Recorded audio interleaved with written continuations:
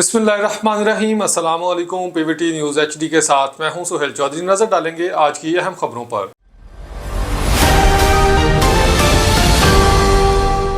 खबर शामिल करते हैं चिश्तियाँ से। हमारे नुमाइंदे नादल हुसैन की रिपोर्ट के मुताबिक अंजुमन तलबा इस्लाम चिश्तियाँ शरीफ के इंतखाबात ज़ेर सदारत सलार तलबा नाज़म पंजाब जनूबी मुनक़िद हुए, जिसमें खसूसी शिरकत brother Rana Mubashar Jabbar convener ATI division Bahawalpur, Hafiz Amir Dilshad convener ATI ज़िला बहावलनगर ने की।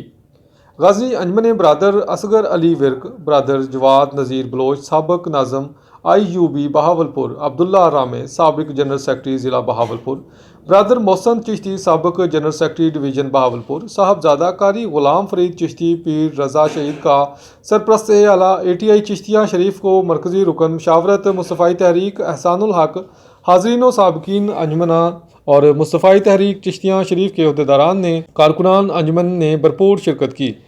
नौ मुंतखब ज़ुम्मेदारान को अंजुमन के बैज लगाकर ज़िम्मेदारियाँ दी गईं।